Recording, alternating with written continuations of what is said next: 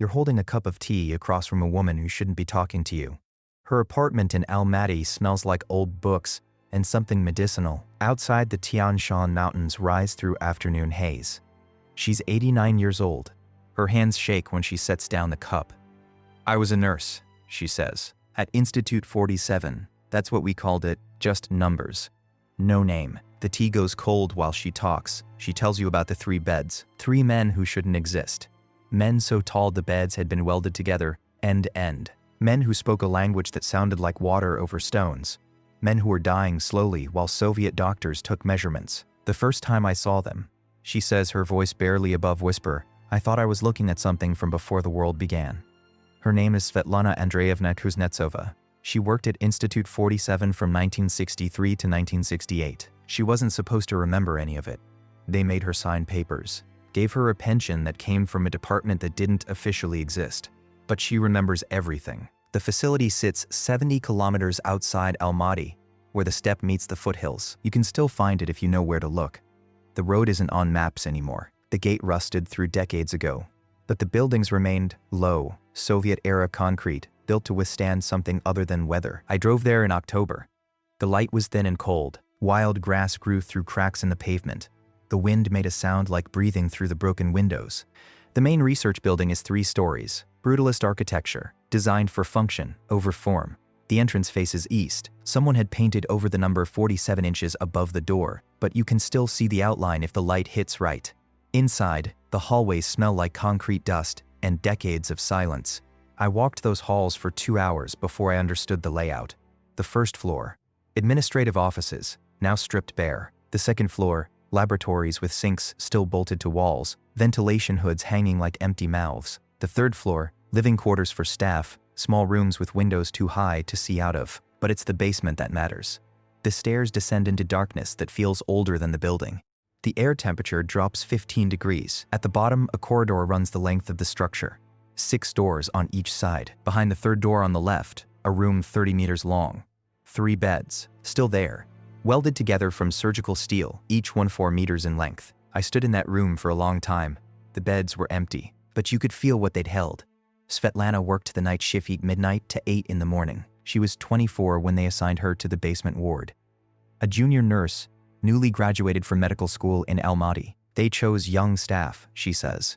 People without families who ask questions. The first giant's name was Oleg, she tells me. At least, that's what the doctors called him. I don't think it was his real name.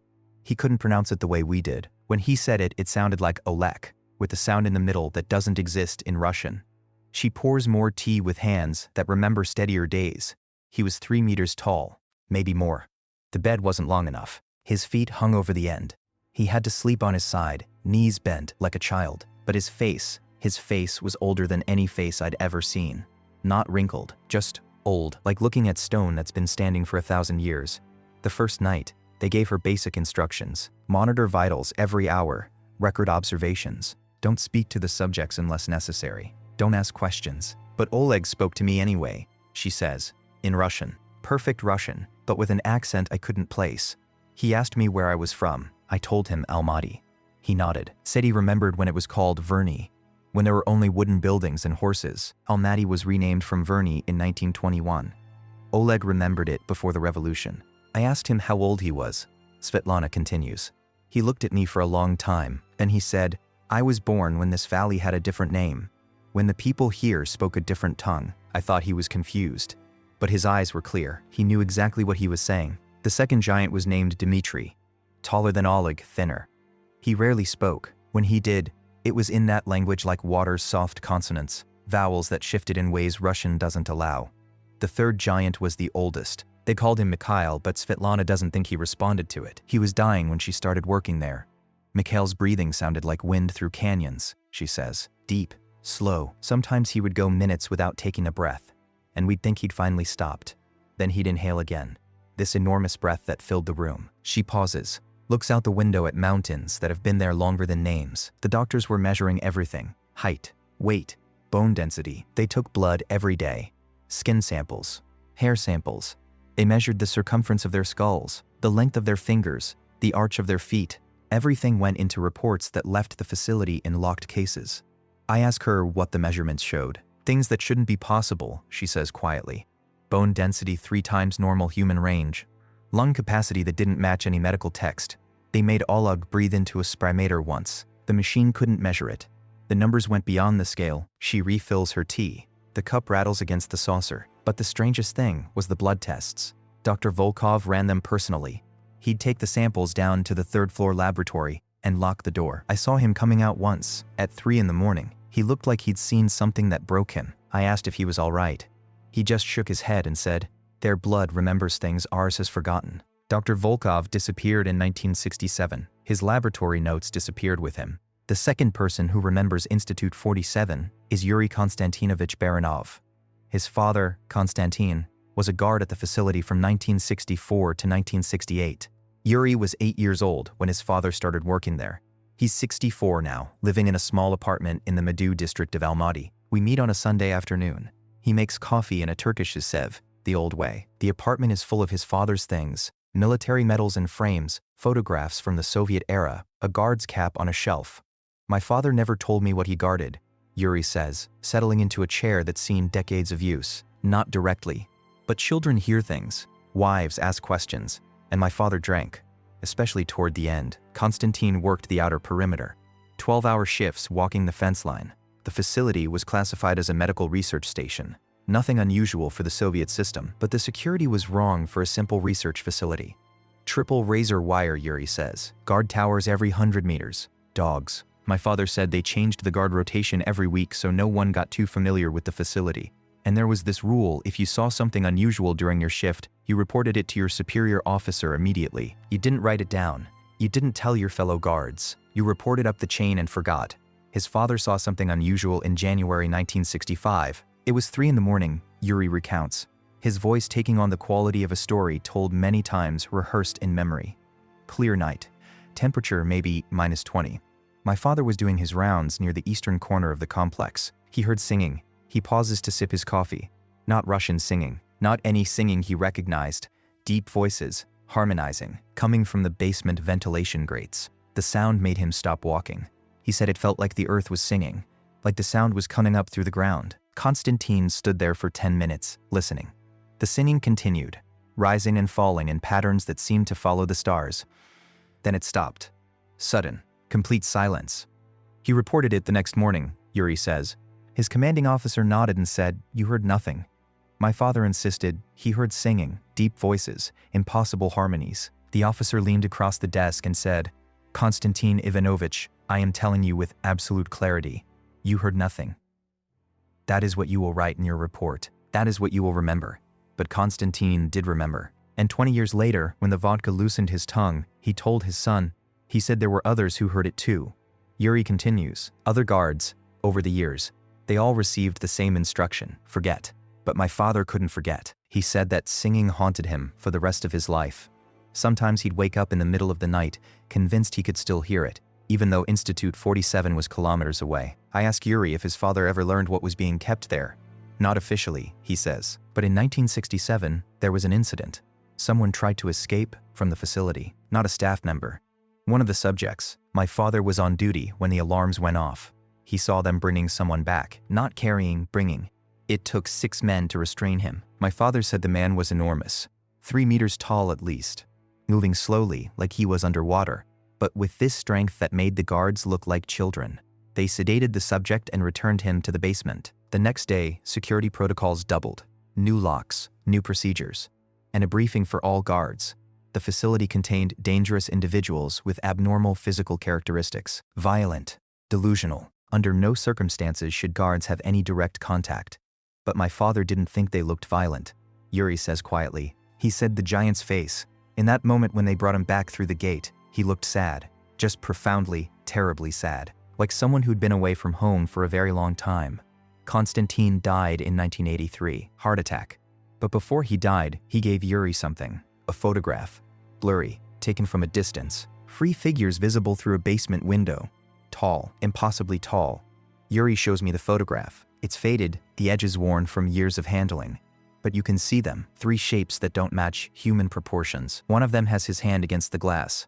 I don't know what they were, Yuri says. I don't know where they came from, but I know my father spent 13 years guarding them. and it changed him. He was never the same after Institute 47 closed. I spread the notes across my apartment floor. Svetlana's testimony, Yuri's photograph, the facility layout I'd drawn from memory, and something else, a reference I'd found in a declassified Soviet document from 1957. The document was a geological survey report. Routine, bureaucratic, the kind of thing that gets filed and forgotten. But on page 47, a footnote. Excavation in Altai region. Grid reference 47N. Suspended due to unexpected findings. Recommend military oversight. Artifacts transferred to Kazakhstan facility for analysis. Grid reference 47N. Institute 47. I looked at the dates. The Altai excavation was in 1957.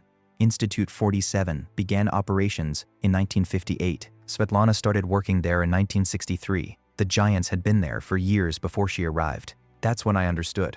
They didn't create Institute 47 for medical research. They built it for what they found in the Altai mountains. They built it to keep 3 people alive. 3 people who should have been dead centuries ago. I flew to Gorno-Altaysk in December.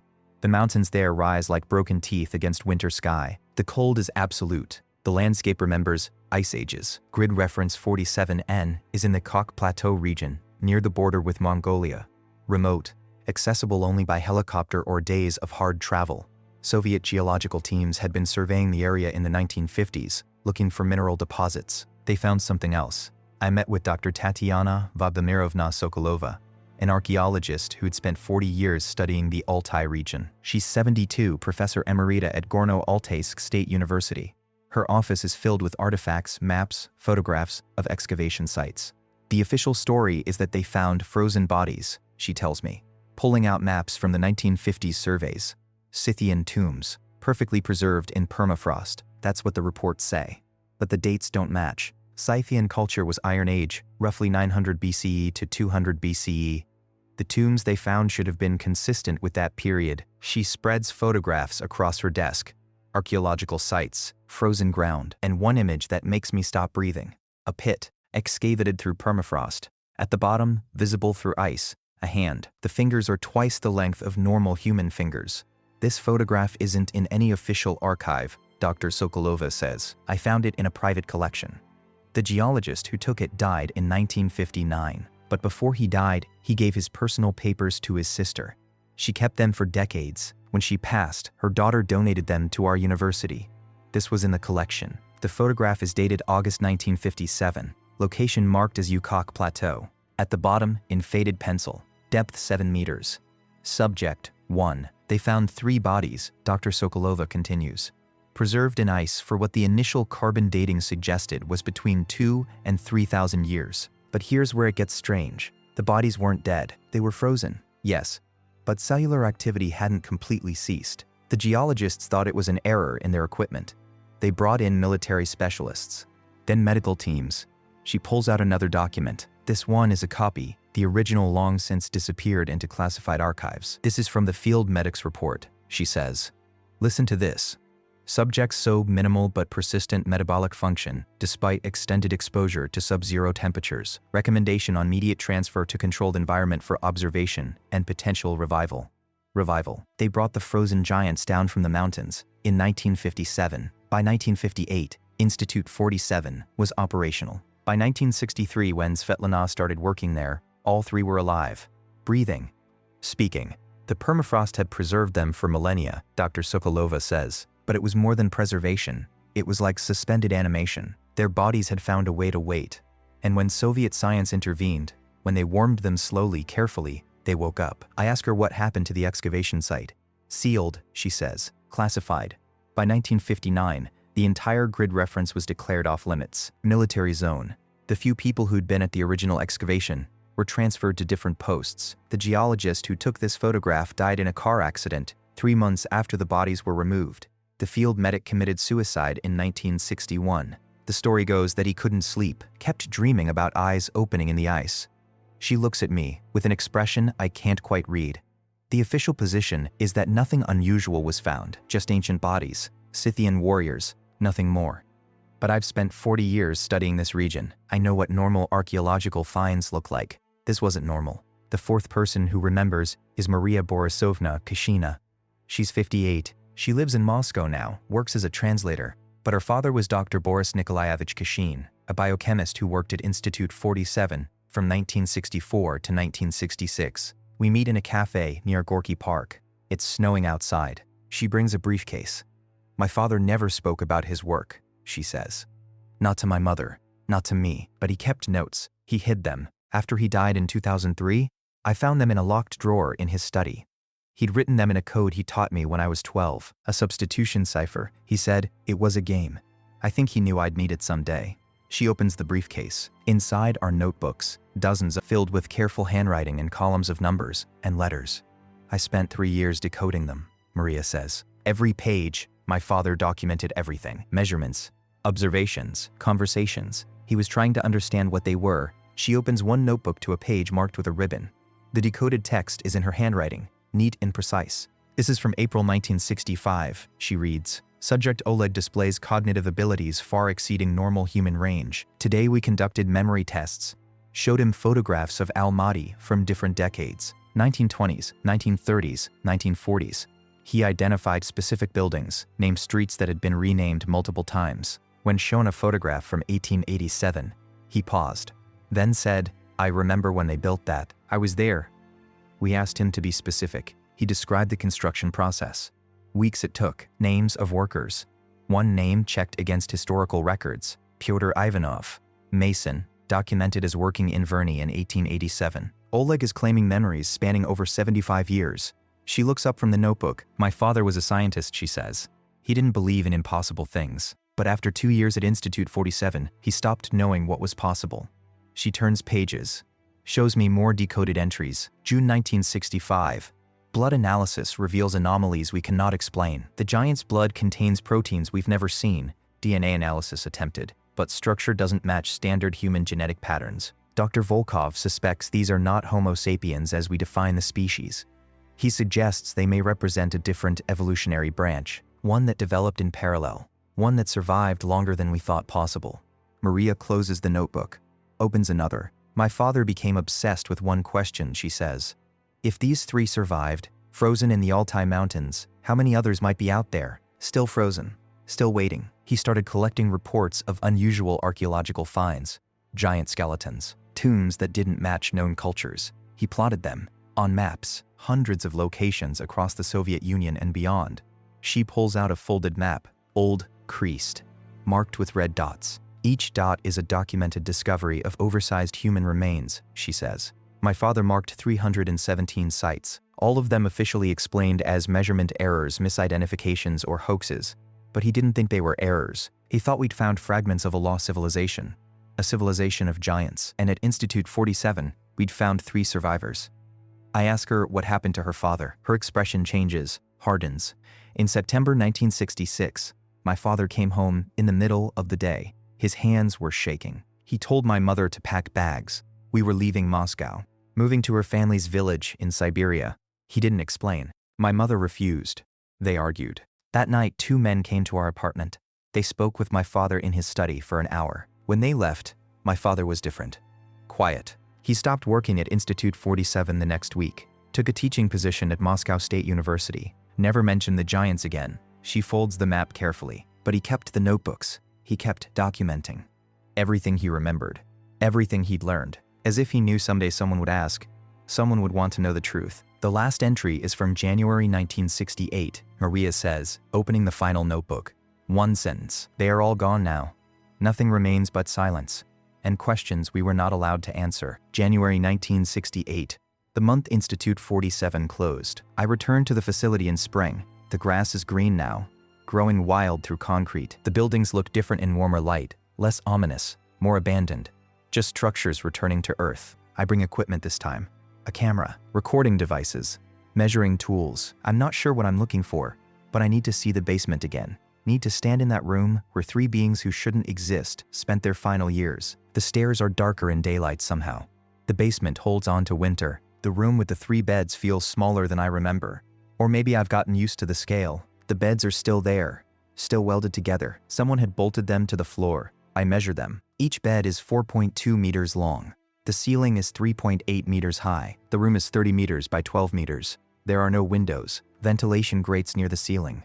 The walls are concrete, bare, except for a few rust-colored stains that might be old blood or might be water damage. I'm taking photographs when I hear footsteps in the corridor.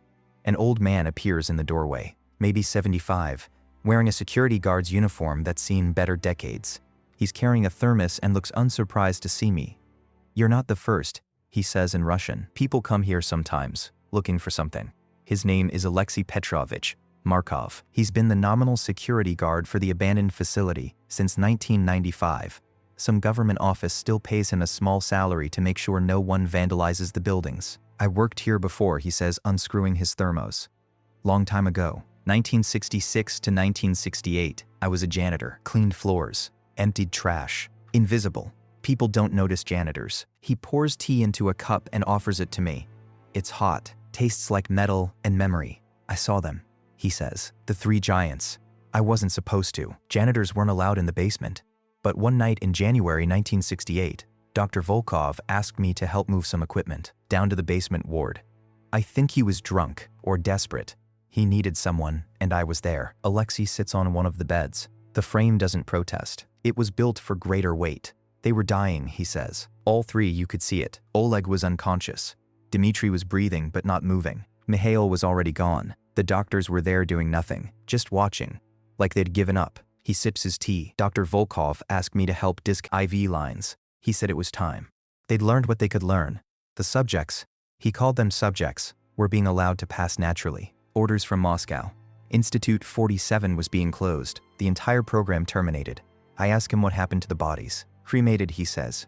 "Right there. They brought portable cremation equipment down to the basement, burned all three in the course of one night. Orders were to leave no trace, no DNA, no tissue samples, nothing that could be studied later. Everything. Burned. Everything." He stares at the empty beds. "But before they burned Oleg," Alexei continues, his voice softer now. "He woke up. Just for a moment. His eyes opened. He looked at Dr. Volkov. And he said something. I didn't understand the language, but Dr. Volkov did. He started crying. This man who'd spent years measuring and testing and documenting. He broke down crying. What did Oleg say? Dr. Volkov told me later, when we were carrying the ashes up the stairs. He said Oleg asked, 'Did you learn anything?' Just that. Did you learn anything?" And Dr. Volkov realized they hadn't. Three beings who'd survived millennia, who carried memories of civilizations we've forgotten, who understood things we can barely measure. And all they'd done was take their blood and measure their bones and ask how it was possible. Alexei finishes his tea. "They scattered the ashes in the mountains," he says. "Somewhere in the Altai. I don't know exactly where. Only the disposal team knew. They came back empty-handed. Reported mission complete. Institute 47 was decontaminated. All records were boxed and shipped to Moscow. The staff dispersed to different positions. And this place has been empty ever since." He stands slowly. His knees crack. "I come here sometimes," he says. "Sit in this room. Try to imagine what it was like. Three ancient beings, waking up in a Soviet laboratory, speaking to people who treated them like specimens, dying slowly while doctors took notes. What must that have been like?" He walks to the door, turns back. "You want to know the saddest part?" he asks. "They never asked the giants what they knew. Never had real conversations. Never tried to understand their history. The reports were all about measurements, physical characteristics, medical anomalies. But imagine what Oleg could have told us. Imagine the memories Dmitri carried. Mikhail was the oldest. What did he remember? What had he seen?" Alexei shakes his head. "We had a chance to learn something profound, and we spent it measuring their blood." 6 months after meeting Alexei, a package arrives at my address. No return label. Inside is a small cassette tape and a handwritten note from Dr. Volkov, recorded February 1968, 1 month before his death. "Thought you should hear this. I don't own a It takes me a week to find one. The tape is degraded, the sound crackles. But the voice is clear, an older man. Russian accent, tired. 'My name is Dr. Viktor Pavlovich Volkov. If you're listening to this, I'm dead. They told me not to make this recording. They told me to forget everything about Institute 47. But I can't forget. So I'm recording this, hiding it, hoping someday someone finds it. Someone who wants to understand." There's a pause. Sound of him, lighting a cigarette. "We found three giants in the Altai Mountains in 1957. They'd been frozen for at least 2,000 years, maybe longer. Carbon dating was inconsistent. Their cells shouldn't have survived. But they did. And when we thawed them carefully, systematically, they lived. They woke up." Another pause. "Oleg was the first to fully regain consciousness, August 1958. He opened his eyes and looked at us like we were children, asked in perfect Russian where he was, how long he'd been sleeping. We told him, 2,000 years. He nodded, said it felt longer. The tape crackles. Dr. Volkov's breathing is labored. For 10 years we studied them, measured them, tested them, recorded everything. But we never asked the right questions. We never asked, who were you? What was your civilization like? What did you know that we've forgotten? We treated them like specimens, like animals in a zoo. And they bore it with dignity I still don't understand. In January 1968, Moscow ordered the program terminated. No explanation. Just shut it down, dispose of the subjects, destroy all evidence. I think someone got scared. Scared of what we might learn.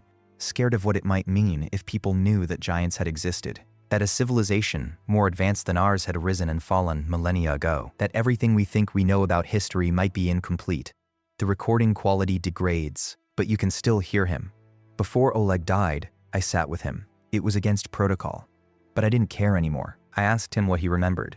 He smiled, said memory is a burden for those who live too long. But he told me this, his people built cities that touched the sky. They understood frequencies, resonances, principles of physics we've barely theorized. They lived for hundreds of years. They raised children who would outlive kingdoms. And then something changed. Something in the earth itself. A Scheifele A frequency disruption. And within 3 generations, they were gone. Scattered, dying, forgetting. Dr. Volkov coughs. Long, wet. He said the 3 of them had gone into the mountains looking for something. A device. A structure. Something that could restore what had been lost. They found it. But before they could activate it, winter came. Sudden. Absolute. They froze before they could retreat. And they slept for 2,000 years while the world forgot their people ever existed. I asked him if others might have survived. Other groups frozen like them. He said yes, probably. Scattered across the mountains of Asia, sleeping under ice and stone, waiting. Silence for almost a minute, just breathing and the hiss of tape. We burned them, Dr. Volkov says finally. Oleg, Dmitri, Mikhail. Burned them and scattered their ashes and destroyed every sample we'd taken. And the knowledge died with them. The last survivors of a lost civilization, we had them in our hands. And we let them slip through our fingers like water. The tape ends. I'm writing this from my apartment in Almaty. The Tian Shan Mountains visible through my window. Somewhere in those mountains, ashes scattered. Somewhere in the Altai, an excavation site long closed and forgotten. Somewhere in the Russian archives, boxes of documents marked classified, deteriorating in storage. Think about what it means. 3 giants survived 2,000 years of frozen sleep. They woke in a Soviet laboratory in the 1950s. They lived for a decade while doctors measured their impossibility. They died in 1968. Were burned, were scattered, were erased from official history. But they existed. Svetlana remembers their faces. Yuri has his father's photograph. Maria has decoded notebooks. Alexei sat in their room and felt their absence. Dr. Volkov recorded their final truth. The questions remain. How many others are still out there, frozen in mountains we haven't excavated? What technology did they understand that we've forgotten? What did they build? Why did they fall? What caused the frequency disruption Oleg described? And the hardest question, what did we lose when we chose to measure rather than understand? When we treated survivors of a lost civilization as specimens rather than teachers? I think about Oleg asking Dr. Volkov, "Did you learn anything?" I think about the answer, "No, not really. Nothing that mattered." Institute 47 sits empty outside Almaty. The beds remain. The walls remember. In the basement, if you stand very still, you can almost hear something. Not singing, exactly, but an absence where singing used to be. A silence that holds the echo of 3 deep voices harmonizing according to patterns older than the languages we speak. The giants are gone. The experiments are over. The files are sealed. What remains is the question they lived and died asking. Will you notice us? Will you remember? Will you understand? I don't know if we will, but I'm trying. Standing in empty rooms, recording testimonies from people who were told to forget, measuring the absence where impossibility used to live. Somewhere under the mountains, more might be sleeping, waiting for a world that's learned to ask better questions. A world that treats the impossible with wonder instead of dissection. A world that's ready to remember what it lost. Until then, we have Svetlana's testimony, Yuri's photograph, Maria's notebooks, Alexei's memory, Dr. Volkov's final recording, and 3 empty beds in a forgotten basement, still bolted to the floor, holding the shape of giants who survived millennia only to die unmourned in Soviet concrete, taking their knowledge with them into ash and silence.